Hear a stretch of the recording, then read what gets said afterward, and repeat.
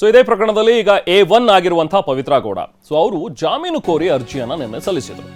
ಸ್ವಲ್ಪ ಕುತೂಹಲಕ್ಕೆ ಎಡೆ ಮಾಡಿಕೊಟ್ಟಿತ್ತು. ಯಾಕಂದ್ರೆ ಬಹುಶಃ ಡಿ ಗ್ಯಾಂಗ್ನಿಂದ ಜಾಮೀನಿಗೋಸ್ಕರ ಅರ್ಜಿ ಈಗಲೇ ಸಲ್ಲಿಕೆ ಆಗಲ್ಲ ಅನ್ನುವಂಥದ್ರ ಬಗ್ಗೆ ನಿರೀಕ್ಷೆಗಳಿದ್ವು. ಬೆಂಗಳೂರಿನ ಸೆಷನ್ಸ್ ಕೋರ್ಟ್ನಲ್ಲಿ ಪವಿತ್ರ ಜಾಮೀನಿಗೆ ಕೋರಿ ಅರ್ಜಿಯನ್ನ ಸಲ್ಲಿಸಿದ್ದಾರೆ. ಪೊಲೀಸರು ಚಾರ್ಜ್ ಶೀಟ್ ಸಲ್ಲಿಸುವ ಹೊತ್ತಲ್ಲಿ ಈಗ ಅರ್ಜಿ ಹಾಕಿರುವಂಥದ್ದು ಸ್ವಲ್ಪ ಕುತೂಹಲಕ್ಕೆ ಎಡೆ ಮಾಡಿಕೊಟ್ಟಿದೆ. ಜಾಮೀನು ಕೋರಿ A1 ಪವಿತ್ರ ಗೌಡ ಅರ್ಜಿ ಸಲ್ಲಿಕೆ ಮಾಡಿದ್ದಾರೆ. ಬಹುಶಃ ಚಾರ್ಜ್ ಶೀಟ್ ಎಲ್ಲ ಸಲ್ಲಿಕೆ ಆದ ನಂತರ ಡಿ ಗ್ಯಾಂಗ್ನಿಂದ ಬೇಲ್ಗೋಸ್ಕರ ಅಪ್ಲಿಕೇಶನ್ ಬರಬಹುದು ಅನ್ನುವಂಥ ಒಂದು ನಿರೀಕ್ಷೆಗಳಿದ್ವು. ಆದರೆ ಆಗಸ್ಟ್ 22ಕ್ಕೆ ಈಗ ಪವಿತ್ರ ಗೌಡ ಅರ್ಜಿ ವಿಚಾರಣೆಯನ್ನ ಮುಂದೂಡಲಾಗಿದೆ. ಹಾಗೆ ಮತ್ತೊಬ್ಬ ಆರೋಪಿ ಅನುಕುಮಾರ್ ಆತ ಕೂಡ ಜಾಮೀನಿಗಾಗಿ ಅರ್ಜಿಯನ್ನ ಸಲ್ಲಿಸಿದ್ದಾನೆ. ಮನೆ ದರ್ಶನ್ ಪ್ರಕರಣಕ್ಕೆ ಸಂಬಂಧಪಟ್ಟಂತೆ ಇವತ್ತಾಗಿರುವಂತಹ ಈ ಒಂದು ಅಪ್ಡೇಟ್ಸ್ ಬಗ್ಗೆ ಮತ್ತಷ್ಟು ಡೀಟೇಲ್ಸ್ ಅನ್ನ ಪಡೆಯೋಣ. ನಾವು ಪ್ರತಿನಿಧಿ ಪ್ರದೀಪ್ ಅವರಿಂದ. ಪ್ರದೀಪ್, ಈಗಾಗಲೇ ಒಂದು ಮನೆಯೂಟದ ಭವಿಷ್ಯ ನಿರ್ಧಾರವಾಗಬೇಕಾಗಿದೆ. ಹಾಗೆ ಈಗ FSL ರಿಪೋರ್ಟ್ಗಾಗಿ ಕಾಯ್ತಾ ಇರುವಂತ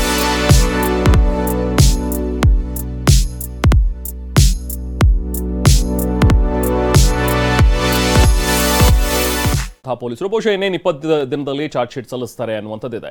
ಚಾರ್ಜ್ ಶೀಟ್ಗೂ ಮುಂಚೆನೆ ಬೇಲ್ಗೆ ಅಪ್ಲೈ ಮಾಡಿರುವಂಥದ್ದು ಪವಿತ್ರ ಗೌಡ ಸ್ವಲ್ಪ ಕುತೂಹಲಕ್ಕೆ ಎಡೆ ಮಾಡಿಕೊಡ್ತಾ ಇದೆ ಅನ್ನುವಂಥದ್ದು ನಿರೀಕ್ಷಿತ. ಸೊ ಏನೆಲ್ಲ ಅಪ್ಡೇಟ್ಸ್ ಇದೆ ಈಗ ಪ್ರದೀಪ್?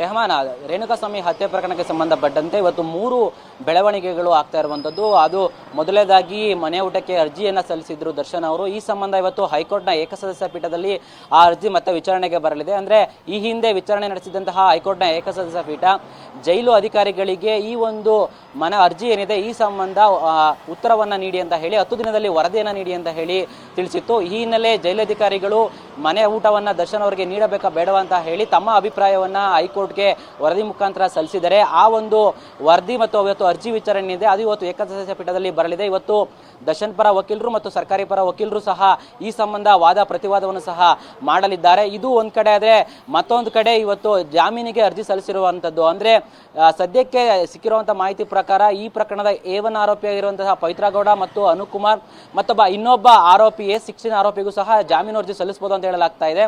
ಆದರೆ ಸದ್ಯಕ್ಕೆ ಪವಿತ್ರ ಗೌಡ ಮತ್ತು ಅನುಕುಮಾರ್ಗೆ ಜಾಮೀನನ್ನ ಕೋರಿ ಅವರ ಪರ ವಕೀಲರು ಇವಾಗ ಸೆಷನ್ ಕೋರ್ಟ್ಗೆ ಮೊರೆ ಹೋಗಿರುವಂಥದ್ದು. ಅಂದರೆ ಮ್ಯಾಜಿಸ್ಟ್ರೇಟ್ ಕೋರ್ಟಲ್ಲಿ ತನಿಖೆ ಪ್ರಕರಣ ನಡೀತಾ ಇದೆ. ಆದರೆ ಮ್ಯಾಜಿಸ್ಟ್ರೇಟ್ ಕೋರ್ಟ್ಗಿಂತ ಮೇಲಿನ ಹಂತದ ನ್ಯಾಯಾಲಯ ಆಗಿರೋದ್ರಿಂದ ಸೆಷನ್ ಕೋರ್ಟಲ್ಲಿ ಅರ್ಜಿ ಸಲ್ಲಿಸಬೇಕಾಗಿರುತ್ತೆ ಜಾಮೀನಿಗೆ.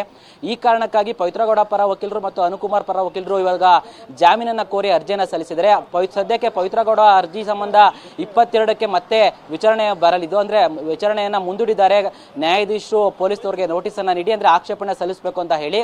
ಇನ್ನು ಈ ಒಂದು ಪ್ರಕರಣಕ್ಕೆ ಈ ಒಂದು ರೇಣುಕಾಸ್ವಾಮಿ ಹತ್ಯೆ ಪ್ರಕರಣದಲ್ಲಿ ಉಳಿದ ಅಂದರೆ ದರ್ಶನ್ ಏನು ಗ್ಯಾಂಗ್ ಇದೆ ಈ ಒಂದು 17 ಜನ ಆರೋಪಿಗಳ FSL ರಿಪೋರ್ಟ್ ಏನಿದೆ ಈ ಪ್ರಕರಣದ ಓವರ್ FSL ರಿಪೋರ್ಟ್ ಅದು 70% ಈಗ ಪೊಲೀಸರ ಕೈ ಸೇರಿತ್ತು. ಇನ್ನು ಉಳಿದಂತೆ 30% ಎಲೆಕ್ಟ್ರಾನಿಕ್ ಡಿವೈಸ್ಗಳಿಗೆ ಸಂಬಂಧಪಟ್ಟದ ರಿಪೋರ್ಟು ಹೈದರಾಬಾದ್ FSL ಇಂದ ಬರಬೇಕಾಗಿತ್ತು. ಅದರಲ್ಲಿ ಎಲೆಕ್ಟ್ರಾನಿಕ್ ಡಿವೈಸ್ ಅಂದರೆ CC ಕ್ಯಾಮ್ರಾ ಮತ್ತು ಆರೋಪಿಗಳ ಐಫೋನ್ ಆಗಿರ್ಬೋದು ಮತ್ತು ಇತರ ಮೊಬೈಲ್ಗಳಾಗಿರ್ಬೋದು ಮತ್ತು ಆಡಿಯೋ ಸ್ಯಾಂಪಲ್ಸ್ ಎಲ್ಲವೂ ಸಹ ರಿಪೋರ್ಟ್ಗಳು ಪೊಲೀಸರ ಕೈ ಸೇರಬೇಕಾಗಿತ್ತು. ಸದ್ಯಕ್ಕೆ ಎಲ್ಲ CCTV ಕ್ಯಾಮ್ರಾಗಳು ಮತ್ತು ಮೊಬೈಲ್ ಡೇಟಾಗಳ ರಿಟ್ರೀವ್ ಅನ್ನ ಟ್ರೈ ಮಾಡಿ ಇವಾಗ ಪೊಲೀಸರಿಗೆ ವರದಿಯನ್ನು ಸಲ್ಲಿಸ್ತಾರೆ. ಅಂದರೆ ಈ ಒಂದು ರಿಟ್ರೀವ್ ಆಗಿದೆಯೋ ಇಲ್ವೋ ಅನ್ನೋದು ವರದಿ ಕೈ ಸೇರಿದ ನಂತರವೇ ಗೊತ್ತಾಗುವಂಥದ್ದು.